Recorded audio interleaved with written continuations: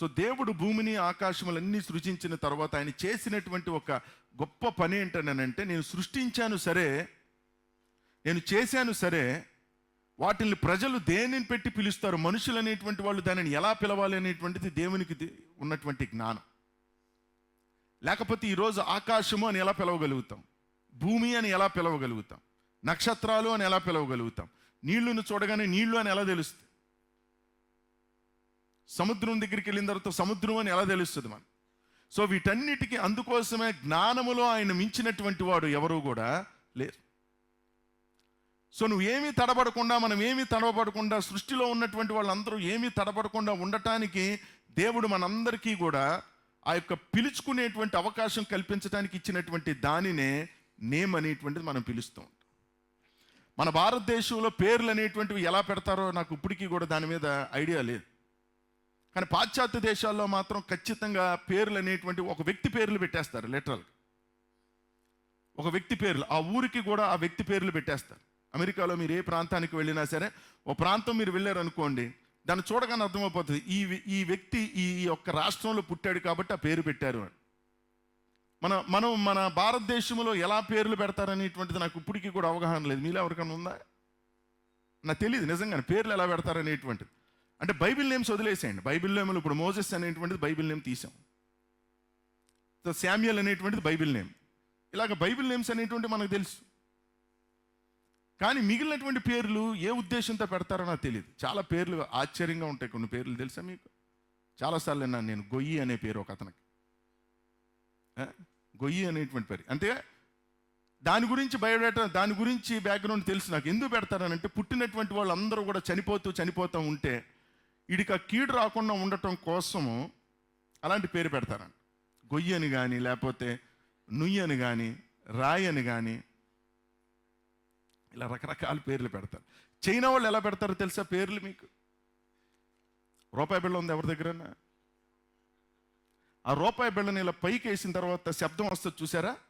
ఏ శబ్దం వస్తే ఆ పేరు ఉంటుంది. టింగ్ అని వస్తే టింగే పేరాడు. అందుకే చైనా వాళ్ళ పేర్లు పలకలేము మనం ఎప్పటికీ కూడా. అది 2 సార్లు ఇలా బల్టీ కొట్టింది అనుకోండి, ఇంకో శబ్దం వస్తుంది, ఆ పేరు పెడతారంట. మరి అదేమో మనకు తెలియదు మనకి అసలు. అందుకోసమే ఎవడి పేర్లైనా పలకొచ్చు, కానీ చైనా వాడి పేర్లు, కొరియా వాళ్ళ పేర్లు మనం పలకలేం. సో ఎందుకు ఈ విషయాలు మీకు నేను చెప్తున్నాను అంటే, ప్రభువు చేసినటువంటి గొప్ప పని ఏంటనంటే, దేవుడు వెలుగునకు పగలనియు చీకటికి రాత్రనియు పేరు పెట్టెను. ఆ తర్వాత ఆకాశానికి పేరు పెట్టాడు, తర్వాత నేలకి పేరు పెట్టాడు, జలరాశులకి సముద్రములని పేరు పెట్టాడు. ఇక్కడి వరకే దేవుడు చేశాడు. ఆ తర్వాత ఏం జరిగింది? మనిషిని సృష్టించాడు. మనిషిని సృష్టించిన తర్వాత జంతువులు అనేటువంటి వారు అన్నిటినీ కూడా మనిషి దగ్గరికి పంపించాడు దేవుడు. అప్పుడు ఆదాము దేవుడిచ్చిన జ్ఞానము చొప్పున ఒక్కొక్క జంతువుకి ఆదాము పేర్లు పెట్టాడు. దేవునికి స్తోత్రం కలుగునుగా. చూసారా, మనతో పాటు ఎక్కువగా ఉండేటువంటి వాటికి మాత్రం దేవుడు పేర్లు పెట్టే అవకాశం ఎవరికి ఇచ్చాడని అంటే మనిషికి ఇచ్చాడు. సో ఆదాముకి ఎంత దేవుడు జ్ఞానం ఇచ్చాడో నాకు తెలియదు. ఓ సింహాన్ని దాన్ని చూడగానే మరి ఏమనిపించింది అంటే సింహం అని పేరు పెట్టాడు. తర్వాత పులిని చూడగానే పులి అని కానీ, ఇలాగన్నిటికీ కూడా దేవుడు చెప్పాల పేర్లు, ఆదాము పెట్టాడు పేరు. అలా ఆదాము పేర్లు పెడుతూ వచ్చినటువంటి ఆ పరిస్థితులు అనేటువంటి మనం చూసినప్పుడు, ఇప్పుడు దేనిని చూసినా, ఏ జంతువుని చూసినా మనకు కనిపిస్తుంది ఏంటంటే, దీనికి ఎవడు పేరు పెట్టాడు అనేటువంటి బ్యాక్గ్రౌండ్కి ఎవరన్నా వెళ్తే బాగుండు. అట్లీస్ట్ ఆ టైంలో అయినా బైబిల్ చదువుతారేమో అని. సో ఈరోజు ఏంటంటే, మా ఎమ్మెల్యే గారు టైగర్, సో మా ఎమ్మెల్యే గారు సింహం అని బొమ్మ వేసేసి సింహం పక్కన కూర్చోబెడతారు. ఈయన ఏ విధంగానూ కాదు, ఆయన ఏ విధంగానూ టైగర్ కాదు, ఏ విధంగానూ పులి కాదు. నిజం పులి వస్తే ఎవరు ఉండరు అక్కడ.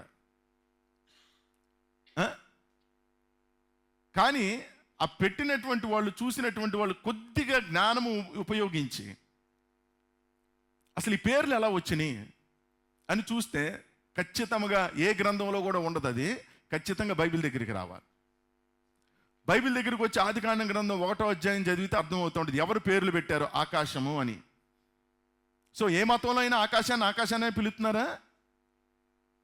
లేకపోతే ఒక క్రైస్తవ మతంలోనే ఆకాశం అని పిలుస్తున్నావా?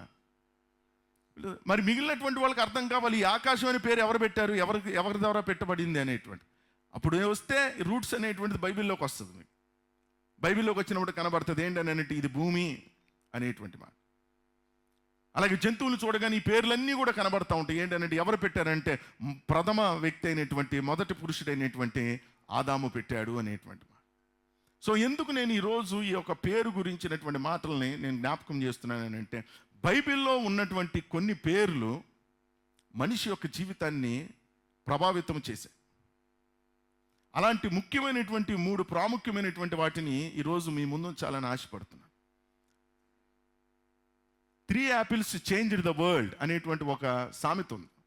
3 apples changed the world. The first Apple ఏంటంటే ది యాడమ్స్ యాపిల్ అనేటువంటి పండు తినద్దు అనేటువంటి పండు తిన్నటువంటి పరిస్థితులలో ఆదాము లోకంలోనికి ఏం తీసుకొచ్చాడని అంటే పాపం తీసుకొచ్చాడు. The first Apple has changed the world. రెండోది ఏంటనంటే డార్విన్స్ యాపిల్ అనేటువంటి డార్విన్ సిద్ధాంతం ఏంటనంటే మనిషి ఎక్కడి నుంచి వచ్చాడు అని అంటాడు అంటే కోతి నుంచి వచ్చాడు అని అంటాడు. ఎలా చెప్పగలుగుతాం ఏంటనేటువంటిది ఏంటంటే ఆ యొక్క యాపిల్ చెట్టు కింద అతను కూర్చున్నప్పుడు ఆ యాపిల్ అనేటువంటిది కింద పడినప్పుడు జరిగినటువంటి దాని గురించి ఆ గ్రావిటీ ఫోర్స్ ద్వారా మాట్లాడుతూ ఉంటాడు. ఆకర్షణీయ శక్తి అనేటువంటిది. మూడోది ఏంటంటే యాపిల్ ఫోన్ కనిపెట్టినటువంటి వ్యక్తి.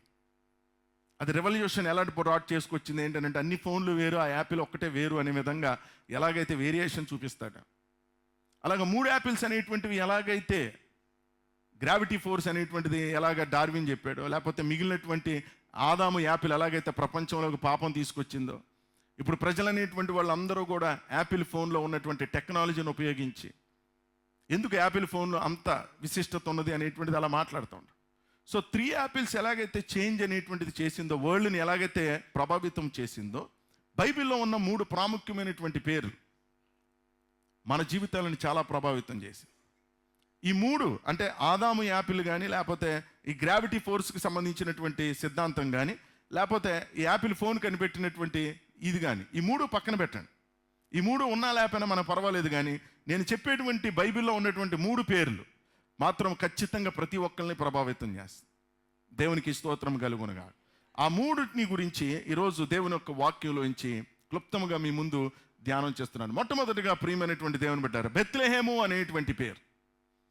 బెత్లెహేం అనేటువంటి ఆ యొక్క పేరును గురించి దేవుని యొక్క వాక్యము మనకి ఏం తెలియచేస్తుంది అనేటువంటిది మనం చూస్తే, బెత్లెహేము అనేటువంటి మాటకి అర్థము రొట్టెల గృహము, లేకపోతే సమృద్ధి గృహము.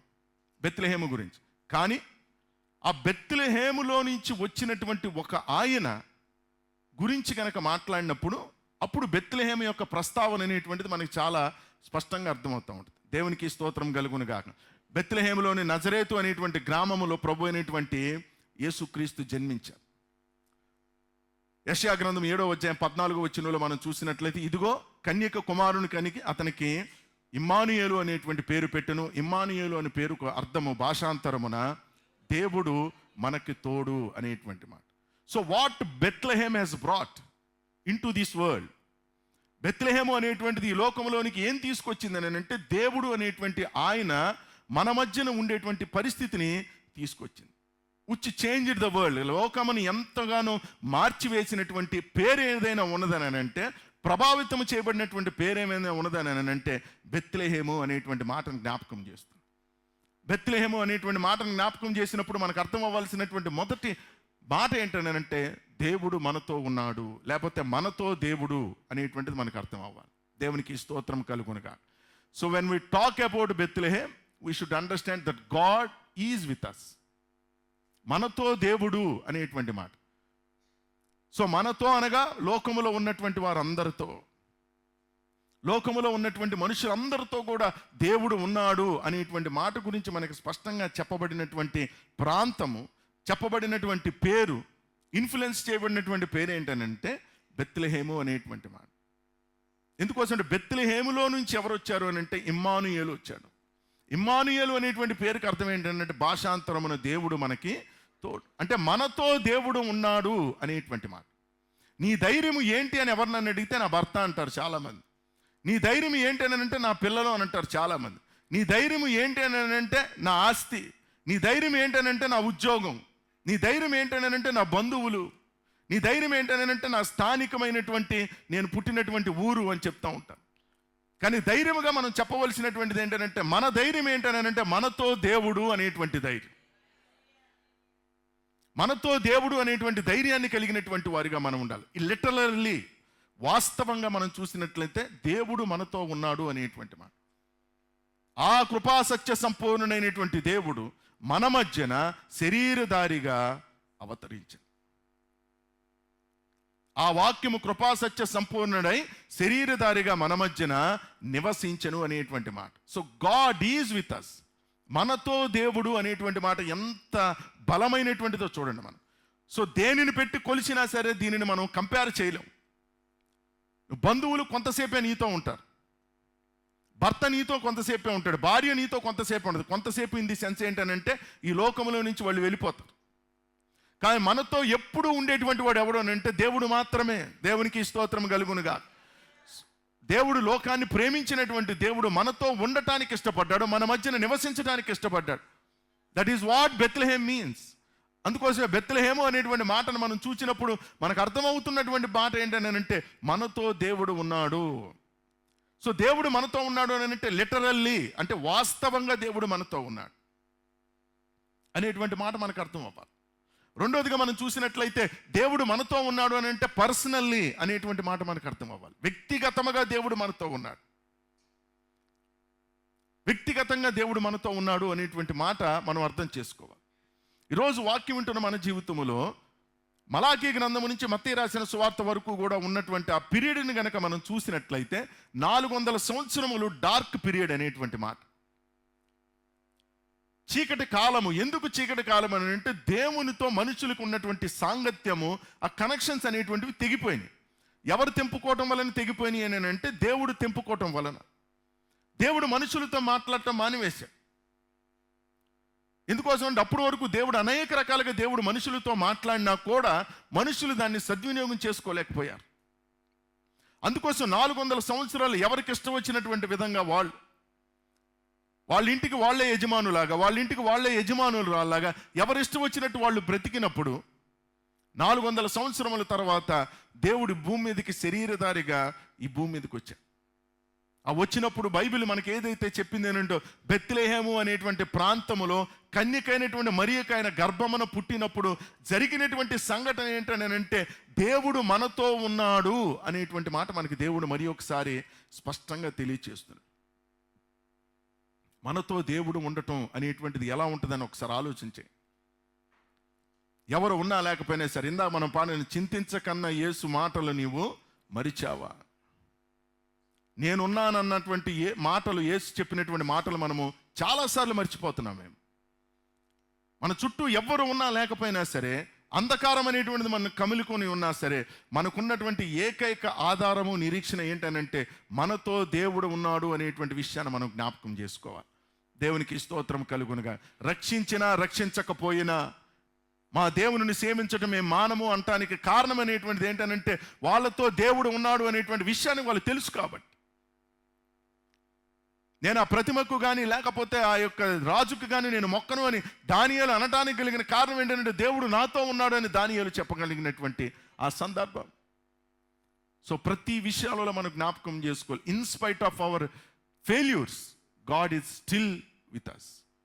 మనలో ఉన్నటువంటి తప్పులు, మనలో ఉన్నటువంటి ఒప్పులు, మనలో ఉన్నటువంటి అనేకమైనటువంటి ఓటమిలు అనేటువంటి మన చుట్టూ ఉన్నప్పటికీ కూడా బైబిల్ తెలియజేస్తుంది ఏంటనంటే మనతో దేవుడు ఉన్నాడు అనేటువంటి మాట. 2025 సంవత్సరాల నుంచి కూడా వినబడుతున్నటువంటి యొక్క మాట, శరీరధారిగా మన మధ్య ప్రత్యక్షమైనటువంటి దేవుడు చెప్తున్నటువంటి మాట, మీతో నేనున్నాను అనేటువంటి మాట. సో ఆ మాటను మనం మర్చిపోయేటువంటి వారిగా మనం ఉండొద్దు అని బైబిల్ మరి ఒకసారి తెలియజేస్తుంది. బైబిల్లో ఉన్నటువంటి పేర్లు పెట్టుకుంటున్నటువంటి మనం బైబిల్లో ఉన్నటువంటి కొన్ని పేర్లు అనేటువంటివి ఎంతగా మనతో ప్రభావితం చేస్తూ ఉంటాయి, ఎంతగా మనల్ని ఇన్ఫ్లుయెన్స్ చేస్తూ ఉంటాయి, ఎంతగా మనకు ఆదరణ ఇస్తూ ఉంటాయి అనేటువంటిది మనకు అర్థం కావాలి. ఈరోజు ఎవరు ఉన్నా లేకపోయినా సరే నీతో ఉండేటువంటి వాడు దేవుడు మాత్రమే. ఆ దేవుడు ఏంటనంటే ఆది నుంచి అంతము వరకు ఉన్నటువంటి దేవుడు, ఆల్ఫా ఒమేగా అయినటువంటి దేవుడు, నిన్న నేడు రేపు ఒక రీతిగానే ఉన్నటువంటి దేవుడు. ఈరోజు మనకిస్తున్నటువంటి ఈ యొక్క వాక్యం ద్వారా మనకిస్తున్నటువంటి వాగ్దానం ఏంటనంటే ఓటమిలో ఉన్నా లేకపోతే తప్పిపోతున్నా, జారిపోతున్నా, వెనకడుగు వేస్తున్నా సరే బైబిల్ తెలియచేస్తుందంటే దేవుడు నీతో ఉన్నాడు అనేటువంటి మాట. యోనాతో దేవుడు మొట్టమొదటిగా మాట్లాడినప్పుడు, నువ్వు నినివేకి వెళ్ళి దేవుని యొక్క వాక్యాన్ని ప్రకటించు అన్నప్పుడు, గాడ్ ఈజ్ విత్ జోనా, దేవుడు యోనాతో ఉన్నాడు. ఆ తర్వాత యోనా తర్షీషుకు పారిపోతున్నప్పుడు still God is with Jonah. తర్షీషుకు పారిపోయినప్పుడు కూడా దేవుడు యోనాతానే ఉన్నాడు. తర్షీషు ఓడెక్కినప్పుడు దేవుడు యోనాతానే ఉన్నాడు. అడుగు భాగానికి వెళ్ళిపోయినప్పుడు దేవుడు యోనాతానే ఉన్నాడు. ఎక్కడా యోనాని దేవుడు విడిచిపెట్టలేదు. ఆ చేప గర్భంలోకి వెళ్ళిపోయిన తర్వాత కూడా అక్కడి నుంచి మొరపెట్టినప్పుడు కూడా దేవుడు యోనాతానే ఉన్నాడు. అందుకోసమే నేను పాతాళ గర్భంలో నా దేవునికి మొరపెట్టగా నేను వింటిని అని బైబిల్లో ఉంది, తెలుసా? దేవుడు విన్నాడు అనేటువంటి మాట. అప్పుడు దేవుడు మళ్ళీ యోనాతో మాట్లాడుతున్నాడు, నువ్వు మళ్ళీ తిరిగి వెళితే ఈ నినివే పట్టణానికి వెళ్ళు అని. ఎప్పుడు దేవుడు యోనాని విడిచిపెట్టలేదు. కానీ మనం అనుకుంటూ ఉంటాం దేవుడు మనల్ని విడిచిపెట్టాడేమో కొంతకాలము అని అనుకుంటూ ఉంటాం. మనం బైబిల్ చాలాసార్లు చూసాను, దేవుడు జ్ఞాపకం చేసుకొని రిపీటెడ్గా బైబిల్ మాట్లాడతాం. అర్ధాంతరంగా మనల్ని మధ్యలో వదిలేసేవాడు కాదు, సముద్రం మధ్యలో మనల్ని వదిలేసేవాడు కాదు, లేకపోతే అగాధంలో మనల్ని వదిలేసే దేవుడు కాదు. కానీ అంతమ వరకు కూడా దేవుడు మనలతో పాటు ఉండేటువంటి వాడు. అందుకోసమే బైబిల్ అంటున్నా ఉంటుంది, ఇదిగో యుగ సమాప్తి వరకు సదాకాలము నేను మీతో కూడా ఉంటాను అనేటువంటి వాగ్దానం. ఎవరు చెప్తారు ఈ మాట? ఎవరు చెప్పగలరు ఈ మాట? ఉండగలిగిన వాడే చెప్పగలడు. అందుకోసమే యేసు ప్రభు మాత్రమే మనతో పాటు సదాకాలము ఉండేటువంటి దేవుడు. దేవునికి స్తోత్రం కలుగునుగా. హల్లెలూయా. బెత్లెహేము అనేటువంటి మాట, మనతో దేవుడు, మన కుటుంబాలతో దేవుడు, పరిచర్యలతో దేవుడు, వ్యక్తిగతంగా నీతో దేవుడు ఎప్పటికీ కూడా ఉండేటువంటి వాడు. ఆ ఉండేటువంటి దేవుడిని నువ్వు ఎలాగ ఆరాధన చేస్తున్నావు అనేటువంటిది జ్ఞాపకం చేసుకో. ఎలాగ దేవుని గణపరుస్తున్నావు అనేటువంటిది అర్థం చేసుకోండి. ఎలాగ దేవుని నీవు స్తుతిస్తున్నావు అనేటువంటిది అర్థం చేసుకో. ఈ లోక సంబంధమైనటువంటి చిన్న చిన్న వాటి కొరకు మనము దేవుని గనక వదిలేసుకున్నప్పుడు, వద్దు అని అనుకున్నప్పుడు, మన జీవితంలో మనం జ్ఞాపకం చేసుకుంటే ఏంటంటే అనేకమైనటువంటి విషయాలు మనం కోల్పోతాం. యెహోవా శిక్షిస్తాడు, దేవుడు శిక్షిస్తాడు మనల్ని ఖచ్చితంగా. మనము ఆయనకు వ్యతిరేకంగా పనిచేసిన ప్రతిసారి కూడా మనం శిక్ష అనేటువంటిది పొందుకుంటాం. అనారోగ్యపరంగా కానీ, ఆర్థిక పరంగా కానీ, కుటుంబ పరంగా కానీ ఏదో ఒక రకమైన సమస్య అనేటువంటిది వస్తుంది. ఎప్పుడు నువ్వు దేవుని వదిలేసినప్పుడు, నీతో ఉంటాను అని దేవుడు మనతో మాట్లాడుతున్నప్పుడు మనకు అర్థం అవ్వాల్సిన విషయం ఏంటంటే, దేవుడు మనతో ఉన్నాడు అనేటువంటి విషయం మనకు అర్థమవుతుందా? అందుకోసం శరీరధారిగా ఆయన మన మధ్యన నివసించాడు అని అంటే మనతో ఉన్నాడు. అతనికి ఎందుకు ఇమ్మానుయేలు అని పేరు పెట్టాలి? ఎందుకు ఇమ్మానుయేలు అని పేరు పెట్టాలని ప్రవచనం చెప్పింది అని అంటే, ఇమ్మానుయేలు అని పేరుకు భాషాంతరమున దేవుడు మనకి తోడు అనేటువంటి మాట.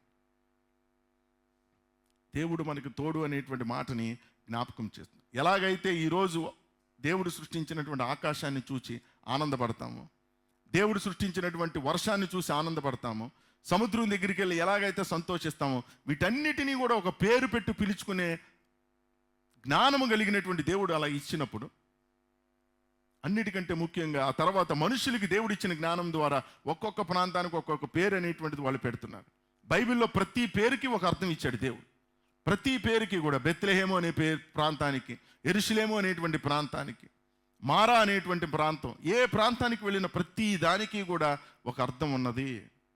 అర్థం లేనటువంటివి ఏమీ లేవు బైబిల్లో, ప్రతి దానికి కూడా. అందుకోసం బైబిల్ డిక్షనరీ అనేటువంటిది ఎంత ఉంటుంది? ఇంగ్లీష్లో స్ట్రాంగ్స్ డిక్షనరీ అనేటువంటిది ఒకటి, తెలుగులో నిఘంటు అనేటువంటిది జోబ్ సుదర్శన్ అనేటువంటి గారిది ఇంత ఉంటుంది. అందులో మీరు చూస్తూ ఉంటే బైబిల్లో ఉన్న ప్రతిదానికి ఆ దగ్గర నుంచి చివరి వరకు కూడా, ఆ చివరి అక్షరం వరకు కూడా ప్రతి దానికి అర్థం ఉంటుంది. బైబిల్ నేమ్ అనేటువంటిది ఏంటి? దాని అర్థం ఏంటి? బేతేలు అంటే అర్థం ఏంటి?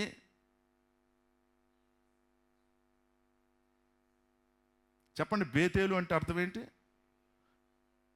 చెప్పాలి. దేవుడు వినపడుతుంది. ఏంటి నెక్స్ట్? ఏంటి మింగేయకండి. ఏంటి? దేవుని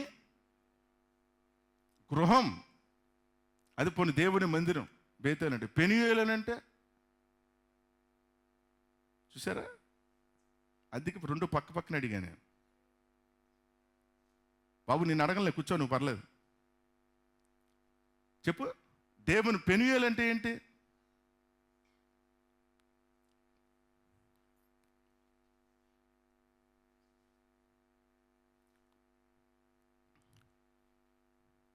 మీరు చెప్పేవరకు అలాగే నుంచుంటాను.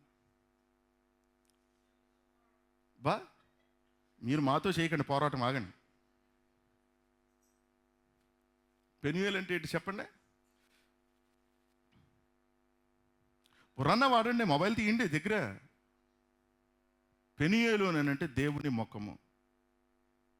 ముఖ దర్శనం అన్నావు నువ్వు పేరు కరెక్ట్గా చెప్పాలి. నువ్వు నాకు ముఖం అంటే ముఖం అని చెప్పాలి, దర్శనం అంటే మళ్ళీ విజన్ అవుద్ది. అది పెనుయేలు అని అంటే దేవుని ముఖము, బేతేలు అని అంటే దేవుని గృహం. అందుకోసమే దేవుడు మరలా మాట్లాడుతూ ఉంటాడు, యాకోబు నువ్వు లేచి మళ్ళీ తిరిగి బేతేలుకు రా అని అంటాడు. మర్చిపోయినటువంటి బేతేలు, వద్దనుకున్నటువంటి బేతేలు, 14 సంవత్సరాల నుంచి కూడా 16లో ఉన్నటువంటి నువ్వు రావాల్సింది ఎక్కడికనంటే, నువ్వు ఆశీర్వాదం పొందాలంటే ఎక్కడికి రావాలి అని అంటే మళ్ళీ బేతేలుకు రా. అలానే దేవుని గృహానికి రా, దేవుని మందిరానికి రా. ఇంట్లో కూర్చొని ఆశీర్వాదాలు రావాలంటే కుదరవు. ఎందుకోసం అని అంటే దేవుని సన్నిధి అని అనగా దేవుడు మనతో ఉండేటువంటి ప్లేస్. సో అందుకోసం దేవుని మందిరానికి రండి అనేటువంటి మాటను మనం జ్ఞాపకం చేసుకో. సో బెత్లెహేమ్ అనేటువంటి మాటను మనం చూసినప్పుడు ఏంటంటే మనతో దేవుడు ఉన్నాడు అనేటువంటి మాట. సో ఈరోజు దేనికి చింతించకండి, దేనికి కూడా భయపడకండి, దేనికి కూడా బాధపడకండి, దేనికి కూడా నిరుత్సాహపడకండి. కారణం ఏంటంటే దేవుడు మనతో ఉన్నాడు.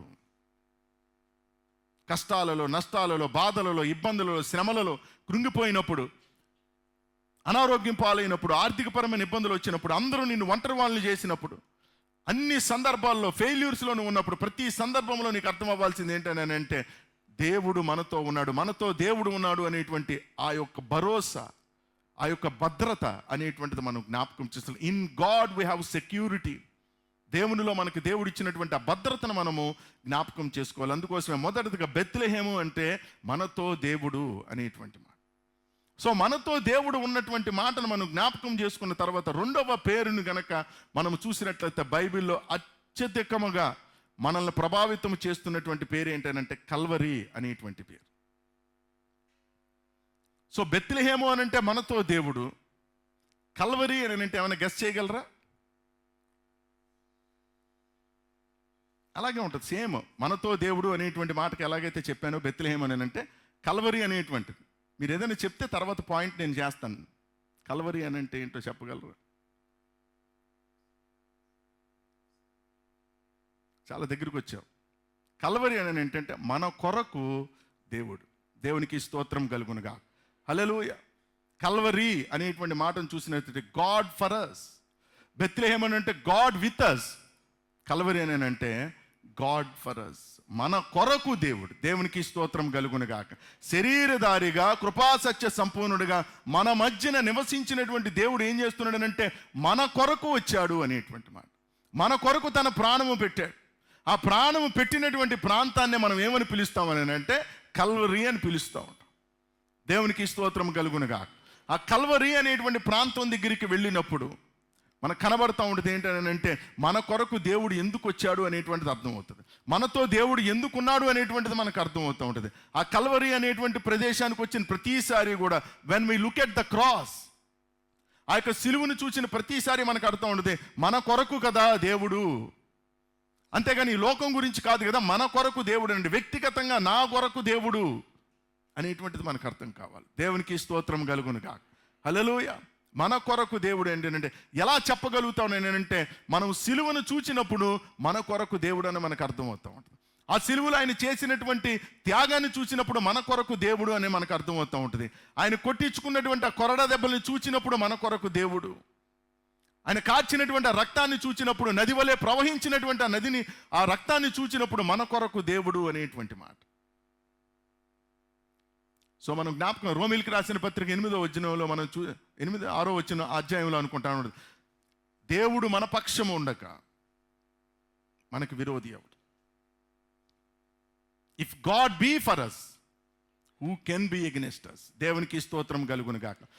If God be for us అనేటువంటిది ఒక ఫ్రేజ్లో పక్కన పెడితే రెండో ఫ్రేజ్ ఎంత ముఖ్యమని చూసిండే, యెహోవా మన పక్షముగా ఉండగా మనకి విరోధి ఎవడు? దేవునికి స్తోత్రం కలుగును గాక. విరోధి ఎవడు? అపవాది మనకి విరోధి అయితే ఏం చేయగలుగుతాడు? మనల్ని దేవుడు మన కొరకు ఉన్నప్పుడు, మన కొరకు దేవుడు ఉన్నప్పుడు అపవాది ఏం చేయగలుగుతాడు? మన కొరకు దేవుడు ఉన్నప్పుడు ప్రభుత్వాలు ఏం చేయగలుగుతాయి? మన కొరకు దేవుడు ఉన్నప్పుడు ఈ లోకాన్ని ప్రభావితం చేస్తున్నటువంటి పాపము ఏం చేయగలుగుతుంది? So that is the importance of Calvary. Calvary అనేటువంటి దానిని మనం చూసిన ప్రతిసారి కూడా మనం అందుకు అంటూ ఉంటాం, కల్వరిలో నన్ను ఆదరించు ప్రభు అనేటువంటి మాట. మనతో ఉన్నటువంటి దేవుడు బెత్లెహేములో ఏం చేస్తున్నాడంటే మన కొరకు ఉన్నాడు ఆయన. ఈరోజు ఎందుకు నీ కొరకు ఉన్నాడు? నువ్వు నీ యొక్క ఆనందానికి, నీ యొక్క సంతోషానికి, నీ నిరీక్షణకి కారణం ఏంటని ఎవరన్నా అడిగితే నా కొరకు దేవుడు ఉన్నాడని ధైర్యంగా మనం చెప్పగలుగుతాం. ఎలా చెప్పగలుగుతారు నీ కొరకు దేవుడు అని అంటే, ఆ క్రాస్ని మనం చూసినప్పుడు, ఆ క్రాస్ని మనం చూసినప్పుడు, ఆ సిలువను మనం చూసినప్పుడు, సిలువలో ఆయన చేసిన ప్రతి త్యాగాన్ని మనం చూసిన ప్రతిసారి మనకు కనబడుతూ ఉంటుంది మన కొరకు దేవుడు ఉన్నాడు అనేటువంటి. సో మన కొరకు దేవుడు ఉన్నాడు అనేటువంటిది ఎంత గొప్ప విషయమో. రెండవదిగా మనం చూసినట్లయితే మన కొరకు దేవుడు ఉన్నాడు అనేటువంటిది ఎలాగ అర్థమవుతుంది? క్రాస్ను చూసినప్పుడు. రెండవది, ఆ క్రాస్లో దేవుడు మనకిచ్చినటువంటి ఫర్గివ్నెస్, క్షమాపణ అనేటువంటి దేవుడు మనకిచ్చినప్పుడు మన కొరకు దేవుడు ఉన్నాడు అనేటువంటిది మనకు అర్థం. మన జీవితంలో చాలా ప్రాముఖ్యమైనటువంటి విషయం. నీ గురించి ఎవరున్నారు అనేటువంటిది ఎవరైనా నిన్ను అడిగితే నా గురించి దేవుడు ఉన్నాడు అని చెప్పాలి. చెప్పినప్పుడు నువ్వు చెప్పాల్సినటువంటి మాట ఏంటంటే కల్వరిలో ఆయన చేసినటువంటి త్యాగం, కల్వరిలో నీ కొరకు ఆయన చేసినటువంటి త్యాగం అనేటువంటిది నీకు కనబడాలి. అంత త్యాగం అనేటువంటిది, అంతగా దేవుడు అనేటువంటిది మన కొరకు చేసినప్పుడు మనం ఎంత జాగ్రత్తగా మనము దేవుని ఆరాధన చేయాలి, ఎంత జాగ్రత్తగా దేవుని మందిరములో ఉండాలనేటువంటిది మనం జ్ఞాపకం చేసుకోవాలి. ఫర్గివ్నెస్ అనేటువంటి మాట బైబిల్లో మనం చూసినప్పుడు అనిపిస్తూ ఉంటుంది, ఎందుకు మనల్ని క్షమించాలి దేవుడు? ఏ యోగ్యత ఉందని దేవుడు మనల్ని క్షమించాలి? ఏ యోగ్యత ఉన్నదని దేవుడు మనల్ని కాపాడాలి? ఏ యోగ్యత కూడా లేదు. కేవలం ఏంటంటే మనతో ఉన్నటువంటి దేవుడు మన కొరకు కూడా చేసినటువంటి కార్యాన్ని బట్టి, ఆయన కృపను బట్టి అని మనం తెలుసుకోవాలి. ఆయన వాత్సల్యతను బట్టి అనేటువంటి విషయాన్ని మనకు తెలుసుకోవాలి. అందుకోసం కల్వరీ అనేటువంటి ప్రాంతం దగ్గరికి వెళ్ళిన ప్రతిసారి కూడా it's not only at the time of good Friday, కేవలం మంచి శుక్రవారము ఆ 40 రోజులు మాత్రమే కాదు. మన జీవితంలో మన కొరకు దేవుడు ఎప్పటి నుంచో ఎన్నో చేసినటువంటి వాడు, ఎప్పటికీ కూడా మన కొరకు ఆయన చేసినటువంటి వాడు. అందుకోసం 40 days అనేటువంటిది ఏంటంటే అది ఒక ఆచారం మాత్రమే, అది ఒక ఆచారం అంతే.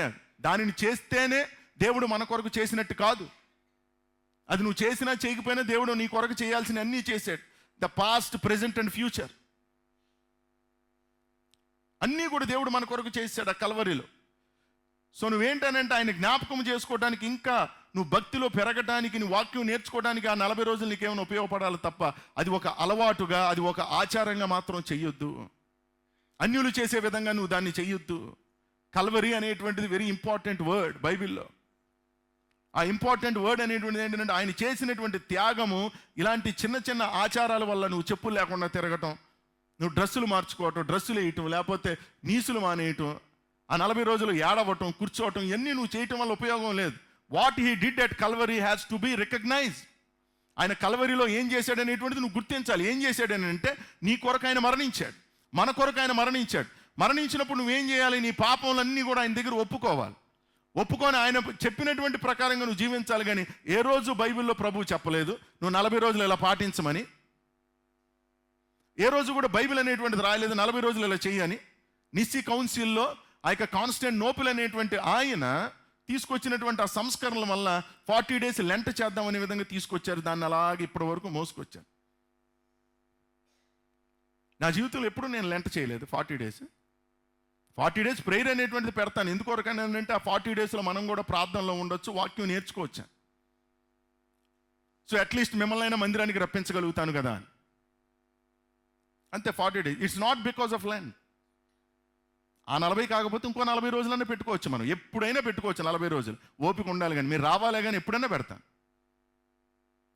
ఓ పాస్టర్ గారిని అడిగాను, ఏరా 40 days ప్రేయర్స్ పెడుతున్నావు అంటే పెడుతున్నాను, లేకపోతే ఇంకో చిచ్చుకి వెళ్ళిపోతున్నారని మా వాళ్ళు అన్నాడు. ఆడి బాధ ఆడి. సో ఒక్కొక్కరికి ఒక్కొక్క బాధ. సో కొంతమందికి ఏంటంటే 40 రోజులు అనగానే అదో పెద్ద దీక్ష. 40 రోజులు అనగానే ఒక దీక్ష, ఒక కఠోరమైనటువంటి దీక్షలో చెప్పులు లేకుండా తిరగడం, లేకపోతే రకరకాలైనటువంటివి చేస్తూ ఉంటారు. ఇందా చెప్తున్నారు కదా పాస్టర్ గారు, వాట్ ఆఫ్టర్ 40 days? 40 తర్వాత ఏంటంటే ఆడు విశ్వరూపం బయటికి తీసుకొస్తాడు. ఈ 40 రోజులు అనేటువంటిది ఏదైతే చేయకుండా ఉన్నాడో 41వ రోజు కుమ్మేస్తాడు పట్టుకొని. మొత్తం అంతా డ్రెస్ తీసేస్తాడు, మొత్తం అంతా అసలు వేషం బయటకు వస్తుంది. అప్పటికి అలాంటి వాడికి 365 రోజులు వేసేయండి డ్రెస్సు. ఆడు తాగుతున్నాడని భయంతో 40 రోజులు డ్రెస్ వేస్తారా మీరు? దేవుణ్ణి అడ్డం పెట్టుకొని, లేకపోతే ఆడు తిరుగుతున్నాడని, లేకపోతే ఏదో చేస్తున్నాడని డ్రెస్ వేస్తే 365 రోజులు వేసేయండి డ్రెస్. 300 రోజులు ఏమీ పెట్టకండి. ఈ ఆచారాలు, ఈ అలవాట్లు, ఈ పద్ధతులు, అందుకోసం మీరు ఈ లోక మర్యాదను అనుసరించక, ఏది ఉత్తమమో, ఏది దేవునికి అనుకూలమో దాన్ని పరీక్షించి మీ మనసును మార్చి మీరు రూపాంతరం. మనసు మారకుండా నువ్వు 40 డేస్ కాదు, 21 డేస్ కాదు, ప్రతిరోజు నువ్వు తెల్లబట్టలు వేసుకొచ్చిన ఉపయోగం లేదు. ఏ విధమైన ఉపయోగం లేదు. Unless and until if you don't, it doesn't make any changes in your life. నీ జీవితంలో ఏ విధమైన మార్పు రాకుండా నువ్వు ప్రతి ఆదివారం మందిరానికి వచ్చేసి, ప్రతి ఆదివారం తెల్లబట్టలు వేసేసుకొని, ప్రతి ఆదివారం బల్లారాధన తీసేసుకొని, అన్ని పక్కగా చేసేసుకుని వెళ్ళిపోతున్నప్పుడు, మార్పు అనేటువంటిది లేకపోతే, రూపాంతరం అనేటువంటిది నువ్వు పొందకపోతే ఏది ఉపయోగం లేదు.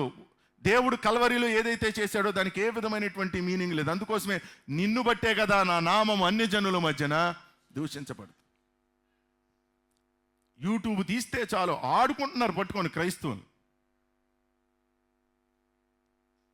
క్రైస్తవులు అనేటువంటి వాళ్ళు కనబడితే, క్రైస్తవ సేవకులు అనేటువంటి వాళ్ళు కనబడితే యూట్యూబ్ తీయగానే వార్తలు పోయినాయి. ఇప్పుడు ఏది చూసినా సరే క్రైస్తవుల మీద, విశ్వాసుల మీద కాదు, క్రైస్తవుల మీద, సేవకుల మీద.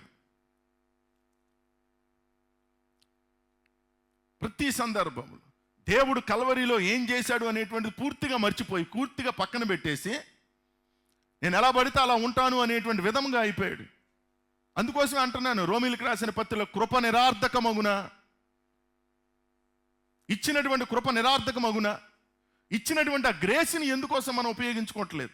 ఎందుకు దానిని అన్డిజర్వ్ కింద మనం చేసుకుంటున్నాం? దాన్ని అంత వాల్యుబుల్గా దేవుడు కల్వరిలో మన కొరకు రక్తం కార్చినప్పుడు, మన కొరకు నేనున్నాను, మీ కొరకు నేనున్నానని దేవుడు తనకు తానుగా చెప్పుకుంటుంటే, మనం ఏం చేస్తున్నామని అంటే, దేవుని సన్నిధిలో మన కొరకు దేవుడు ఉంటే కనుక నాకు అక్కర్లేదు ప్రభా, నాకు వేరే వాళ్ళు ఉన్నారని అటు వెళ్ళిపోతున్నాం.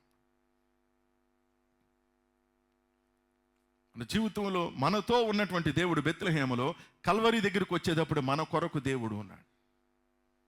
సో దేవుడు మనతో ఉన్నప్పుడు మనం చేయాల్సిన, మన కొరకు ఉన్నప్పుడు మనం చేయవలసినటువంటి పని ఏంటంటే, ఎవ్వరూ కూడా మనకి విరోధిగా ఉండలేరు. యెహోవా మన పక్షముగా ఉండగా మనకి విరోధి ఎవడు? Who can be against us? ఎవ్వడు కూడా ఉండలేడు మనకి. తాత్కాలికం అని అంటాను నేను. అంతే, ప్రభుత్వాలు దాడి చేసినా ఏం చేసినా సరే అవన్నీ తాత్కాలికం. ఆయన ఏమి కళ్ళు మూసుకొని ఏమి లేడు, ఆయన చూస్తున్నాడు. జరిగిన సంఘటనలన్నీ కూడా చూస్తున్నాడు. చూసి చూసి చూసి ఒకేసారి అందరికీ కూడా దేవుడు తీర్పు అనేటువంటిది తీర్చబోతుంది. సో అందుకోసమే నేను మరి ఒకసారి జ్ఞాపకం చేస్తున్నాను, ఈ ప్రభావితము చేయబడినటువంటి పేరుల్లో బెత్లెహేము మొదటిది. ఎందుకోసం? మనతో దేవుడు. రెండో ప్రభావితం చేయబడినటువంటి పేరు ఏంటంటే, మనతో ఉన్నటువంటి దేవుడు మన కొరకు ఉన్నాడు. మూడోది వెరీ ఇంపార్టెంట్ అనేటువంటిది మరి ఒకసారి చెప్తున్నాను. మూడోది ఏంటంటే పెంతెకోస్తు అనేటువంటి పేరు. సో మొదటిది బెత్లెహేము, రెండోది ఏంటంటే కల్వరి. మనతో దేవుడు, మన కొరకు దేవుడు, పెంతెకోస్తు మనలో దేవుడు. దేవునికి స్తోత్రం కలుగునుగా. హల్లెలూయా. మనలో దేవుడు. ఏం జరిగింది పెంతెకోస్తు అనేటువంటి దినమనాడు? అపోస్తుల కార్యములు 2వ అధ్యాయములో ఆ మేడగదిలో 120 మంది కూడా ఏం చేస్తున్నారు? ప్రార్థన చేస్తున్నారు. ఎలా ప్రార్థన చేస్తున్నారు? ఉపవాసం ఉండి ప్రార్థన చేస్తున్నారు. ఎందుకు ఉపవాసం ఉండి ప్రార్థన చేస్తున్నారు? ఆదరణకర్త కొరకు ప్రార్థన చేస్తున్నారు. ఆదరణకర్త కొరకు మీరు ప్రార్థన చేయండి అని ఎవరు చెప్పారు? యేసు ప్రభు చెప్పారు, నేను వెళ్ళుట మీకు ప్రయోజనకరము, నేను వెళ్ళి మీ కొరకు ఆదరణకర్తను పంపిస్తాను, ఆయన మిమ్మల్ని సర్వసత్యములోనికి మిమ్మల్ని ఆయన నడిపిస్తారు. Which is the third person in trinity. త్రిత్వములో 3వ భాగమైనటువంటి పరిశుద్ధాత్మ దేవుడి గురించి మాట్లాడుతున్నారు. సో ఏం జరిగింది? వాళ్ళందరూ కూడా ప్రార్థన చేస్తున్నారు. ఉపవాసం ఉండి ఏక మనసు కలిగి ఏకాత్మతో వాళ్ళందరూ ప్రార్థన చేస్తున్నారు. భేదాభిప్రాయాలు లేకుండా 120 మంది అందరూ కలిసి ఆ మేడగదిలో చేరి ప్రార్థన చేస్తున్నప్పుడు అగ్ని వంటి శబ్దము, ఉరుముల వంటి శబ్దముతో ఆ ఇల్లంతా కూడా నింపబడింది. దేవునికి స్తోత్రం కలుగును గాక. ఆ నింపబడినప్పుడు పరిశుద్ధాత్మ దేవుడు వాళ్ళ మీదకి దిగి వచ్చాడు. పరిశుద్ధాత్మ దేవుడు వాళ్ళ మీదకి దిగి వచ్చినప్పుడు వారు నాలుకలు విభాగింపబడి వాళ్ళందరూ కూడా అన్య భాషలతో మాట్లాడసాగిరి. దేవునికి స్తోత్రం కలుగును గాక. వాళ్ళు అన్య భాషలతో వాళ్ళు మాట్లాడసాగిరి అనేటువంటి మాట. ఆ క్లోవెన్ టంగ్స్ అనేటువంటి మాట. టంగ్ అంటే ఏంటి తెలుగులో? నాలుక. ఆ నాలుకలన్నీ కూడా విభాగింపబడ్డాయంటే వాళ్ళందరూ కూడా మాట్లాడగలిగారు. అన్య భాషలు అనేటువంటి మాట, మనది కానటువంటి భాషలు వాళ్ళు మాట్లాడగలిగారు. సో అప్పటి వరకు పిరికివారుగా ఉన్నటువంటి వాళ్ళు, ప్రతిసారి పారిపోతున్నటువంటి వాళ్ళు, యేసు ప్రభు సిలువేస్తే ఒక్కడు లేడు అక్కడ, పారిపోయి అబద్ధాలు చెప్పినటువంటి పేతురు, ఇలాంటి వాళ్ళందరూ కూడా ఎప్పుడైతే దేవుడు వాళ్ళ లోపలికి వచ్చాడో, అప్పటి వరకు దేవుడు మనతో ఉన్నటువంటి దేవుడు, మన కొరకు ఉన్నటువంటి దేవుడు. మూడోదిగా ఏం జరిగిందని అంటే, పెంతెకోస్తు అనేటువంటి దినమునాడు మనలోనికి దేవుడు వచ్చాడు, which means the Holy ghost. పరిశుద్ధాత్మ దేవుడు మనలోనికి వచ్చాడు. మనలోనికి రాగానే ఏంటంటే, నువ్వు చెప్పలేనంత శక్తిని నువ్వు పొందుకుంటావు. దేవునికి స్తోత్రం కలుగునుగాక. నువ్వు ఊహించినంత శక్తిని నువ్వు పొందుకోగలుగుతావు. ఎవరు కూడా నీ ఎదుట నిలవలేని శక్తిని నువ్వు పొందగలుగుతావు. కారణం ఏంటనంటే, నీలో పరిశుద్ధాత్మ దేవుడు దిగొచ్చాడు కాబట్టి. పరిశుద్ధాత్మ దేవుడు దిగి రాగానే పిరికి వాళ్ళు సైతము కూడా లేచి మాట్లాడగలుగుతారు. పరిశుద్ధాత్మ దేవుడు నీలో ఉన్నప్పుడు నువ్వేంటనంటే సర్వసత్యములోనికి నువ్వు నడిపించబడతావు. సో పెంటెకోస్ట్ అనేటువంటి మాటలను మనం చూసినప్పుడు ఆ పేరులో ఉన్నటువంటి ఆ వాల్యూ ఏంటనంటే, ఆ పేరులో ఉన్నటువంటి బలం ఏంటనంటే, మనలో దేవుడు, మనతో దేవుడు, మన కొరకు దేవుడు, మనలో దేవుడు, దేవుడు మనలో ఉన్నాడు అనేటువంటి మాట. దేవునికి స్తోత్రం కలుగునుగా. పెంతెకోస్తు అనేటువంటి మాటకు అర్థం ఏంటంటే, it's not about the denomination. Pentecost అంటే 50th అనేటువంటి మాట మీకు అర్థం అవ్వాలి. ఇశ్రాయేలు ప్రజలు జరుపుకునేటువంటి ఆ పండగల్లో ఏంటంటే 50th అనేటువంటి మాట. పెంతెకోస్తు అంటే 50th అని అర్థం. It's not about denomination. దానిని డినామినేషన్ చేసుకున్నారు తర్వాత. పెంటెకోస్టల్ డినామినేషన్ అనేటువంటి చేసుకున్నారు. It's not about denomination. ఏంటంటే 50th అనేటువంటి మాట పెంతెకోస్తు అనేటువంటి మాట కాదు. వాళ్ళందరి మీద దిగగా, వాళ్ళందరి మీద వ్రాలగా, వాళ్ళందరూ కూడా శక్తిని పొందుకున్నారు. అయినను పరిశుద్ధాత్మ దేవుడు మీ మీదకి దిగి వచ్చినప్పుడు మీరేమవుతారు? శక్తిని పొందుతారు. అల్పులనేటువంటి వాళ్ళు శక్తిని పొందుతారు. బలము లేనటువంటి వారు బలము పొందుకుంటారు. బలహీనులైనటువంటి వారు నిలబడి దేవుని యొక్క మాటలు చెప్పగలుగుతారు. పాస్టర్ గారు ఏదో థియలాజికల్ ఎడ్యుకేషన్కి వెళ్తే వాక్యం చెప్పగలుగుతారని అనుకుంటారు మీలో చాలామంది. No no no no. నువ్వు థియలాజికల్ ఎడ్యుకేషన్ చేసినా సరే, పెద్ద నువ్వు మంచి ఇంజనీరింగ్ చదివినా, నీకు వాక్చాతుర్యం బాగా ఉన్నా సరే, ఇక్కడ నీలో పరిశుద్ధాత్మ దేవుడు లేకపోతే నువ్వు వాక్యం చెప్పలేవు. ఇక్కడ నీలో పరిశుద్ధాత్మ దేవుడు లేకపోతే నువ్వు ఏమీ కూడా చేయలేవు. సువార్త అనేటువంటిదే నోట్లో నుంచి నువ్వు చెప్పలేవు. సో ఒక వ్యక్తిని బలం ఇచ్చేటువంటిది ఏంటంటే, మనలోనికి దేవుడు వచ్చినప్పుడు, మనలో దేవుడు ఉన్నప్పుడు, మనలో దేవుడు నివసించినప్పుడు, ఆ నివసించినటువంటి దేవుడిని పరిశుద్ధాత్మ అని మనం పిలుస్తూ ఉంటాం. పరిశుద్ధాత్ముడు అని మనం పిలుస్తాం. అందుకోసం పెంతెకోస్తు అనేటువంటి మాటలో ఉన్నటువంటి గొప్పతనం ఏంటంటే, మనలో దేవుడు. ఎప్పటి వరకు అంటే, మనము ప్రభువు దగ్గర చేరే వరకు, సంఘము ఎత్తబడే వరకు మనలో దేవుడు అలాగే ఉంటాడు. పరిశుద్ధాత్మ దేవుడు ఈలోపు నీలో ఉన్నాడు కాబట్టి ఈరోజు లోకము కొన్నిసార్లు నిన్ను అట్రాక్ట్ చేస్తున్నా, నిన్ను ఆకర్షిస్తున్నా, నువ్వు వెళ్ళలేకపోవటం కారణం ఏంటంటే, అట్లీస్ట్ పరిశుద్ధాత్మ దేవుడు నిన్ను రోజు హెచ్చరిస్తున్నాడు కాబట్టి. క్రైస్తవులకు ఉన్నటువంటి గొప్ప ఆదరణ ఏంటనంటే, లోకస్తులకి మనకు ఉన్న తేడా ఏంటనంటే, మనం ఎప్పుడైతే యేసు ప్రభువుని సొంత రక్షకుడిగా అంగీకరించామో, పరిశుద్ధాత్మ దేవుని అదే యేసు ప్రభుని ఎప్పుడైతే సొంత రక్షకుడిగా, నీవే నా రక్షకుడిగా అంగీకరించామో, నమ్మాము, ఆ దినము నుంచి పరిశుద్ధాత్మ దేవుడు మనలో నివసిస్తూనే ఉంటాడు. సో ఏది రైటు, ఏది మంచిది అనేటువంటిది మనకు చెప్తూనే ఉంటాడు. నువ్వు ప్రభులోకి రాకముందు ఏది మంచి రైట్ అనేటువంటిది మనం పెద్ద విచక్షణ ఉండదు మనకి. ఎలా పడితే అలా వెళ్ళిపోతాం. నువ్వు సినిమాలకు వెళ్ళాలంటే వెళ్ళిపోవచ్చు, అల్లరి చిల్లరగా తిరగాలంటే తిరిగిపోవచ్చు. ఏది చేయాలని నువ్వు చేసేయచ్చు. ఎందుకోసం అంటే పరిశుద్ధాత్మ దేవుడు నిన్నేమి హెచ్చరించడు. కానీ వన్స్ నువ్వు ప్రభులోకి వచ్చిన తర్వాత పరిశుద్ధాత్మ దేవుడు రోజు కూడా నీకు కాషన్ ఇస్తానే ఉంటాడు. కాషన్ ఇస్తానే ఉంటాడు. కారణం ఏంటంటే, ఆయన నీలో ఉన్నాడు కాబట్టి. ఎప్పుడైతే ప్రభువుని అంగీకరిస్తాం, ప్రభువుని అంగీకరించడానికి కూడా కారణం ఎవరు? పరిశుద్ధాత్మ దేవుడే. వాక్యం నీ దగ్గరికి వచ్చినప్పుడు, సువార్త నీ దగ్గరికి వచ్చినప్పుడు నిన్ను పాపి అని ఒప్పింపజేసేది ఎవరు అని అంటే పరిశుద్ధాత్మ దేవుడు.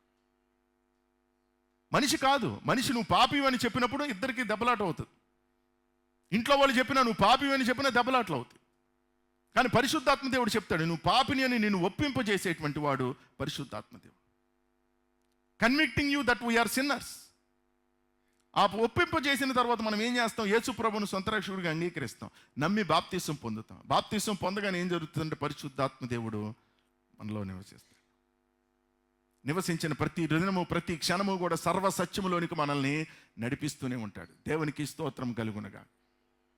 ఆ సర్వ సత్యములోనికి నడిపించినటువంటి పరిశుద్ధాత్మ దేవుడు ప్రతిరోజు కూడా వాక్యం అర్థం అవ్వకపోయినా వాక్యం అర్థం చెప్తూ ఉంటాడు.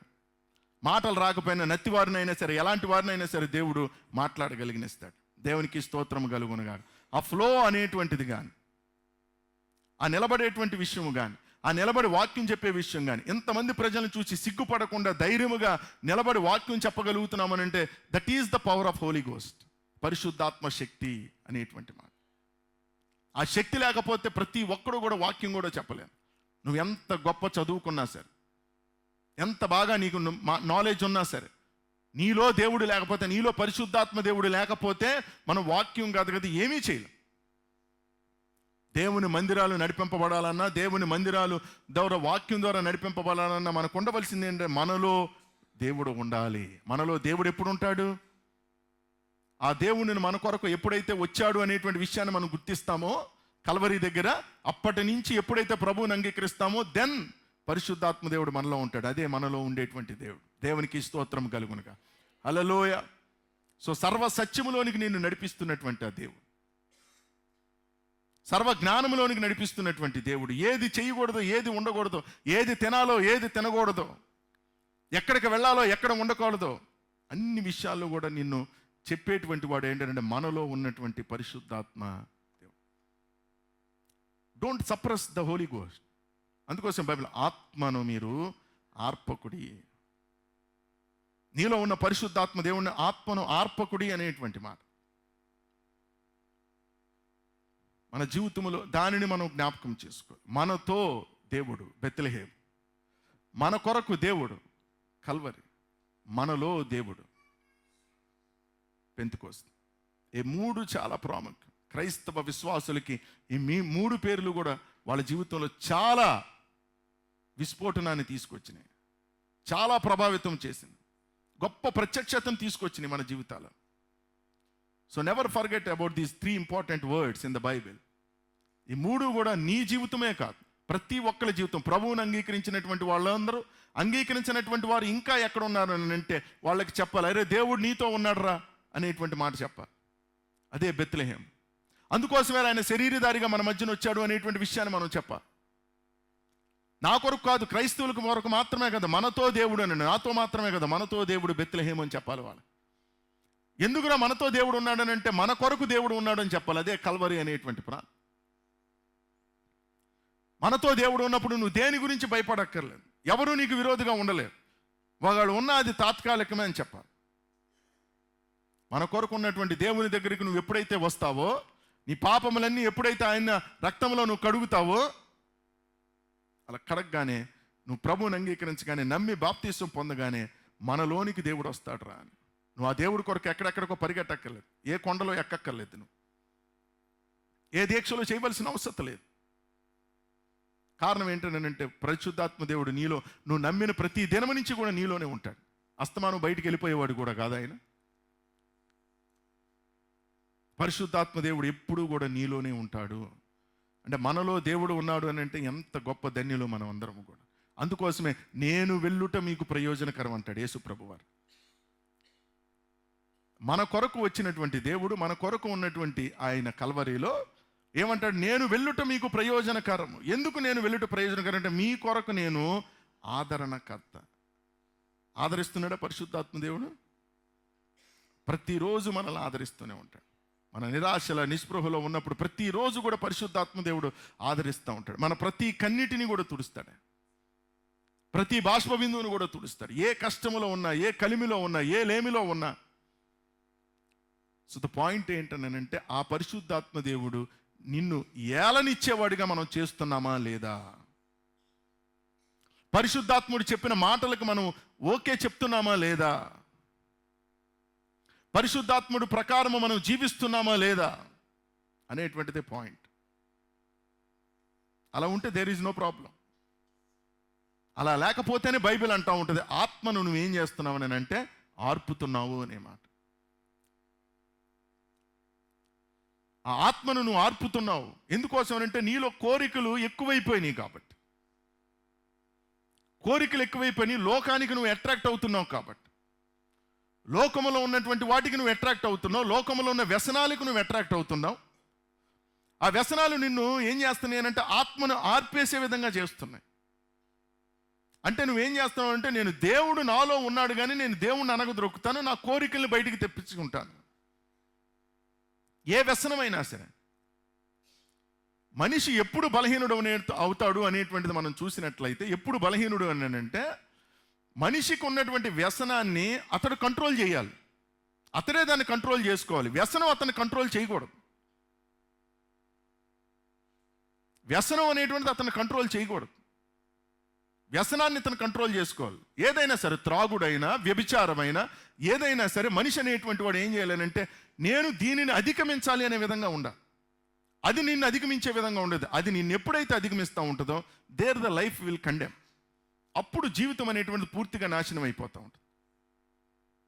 అప్పుడు శిక్ష అనేటువంటిది మన మీదకి ఉగ్రతలాగా వస్తూ ఉంటుంది అన్నమాట. సో ఎన్నిసార్లు చెప్పినా సరే, you are simply pinching the spirit. ఆ పరిశుద్ధాత్మ దేవుడిని ఆర్పేశాను ప్రతిసారి కూడా. అరే నువ్వు ఇలా చెయ్యకూడదు అని పరిశుద్ధాత్మ దేవుడు రోజు నీతో చెప్తున్నా సరే, మనం ఏం చేస్తున్నామనంటే, లేదు లేదు నేను దీనికి బానిస అయ్యాను, నేను దీంట్లోనే ఉంటాను అని పరిశుద్ధాత్మ దేవుడిని నువ్వు అనగదొరుకుతావు. అప్పుడు నిజమైనటువంటి ప్రాబ్లమ్స్ అనేటువంటిది వస్తూ ఉంటాయి.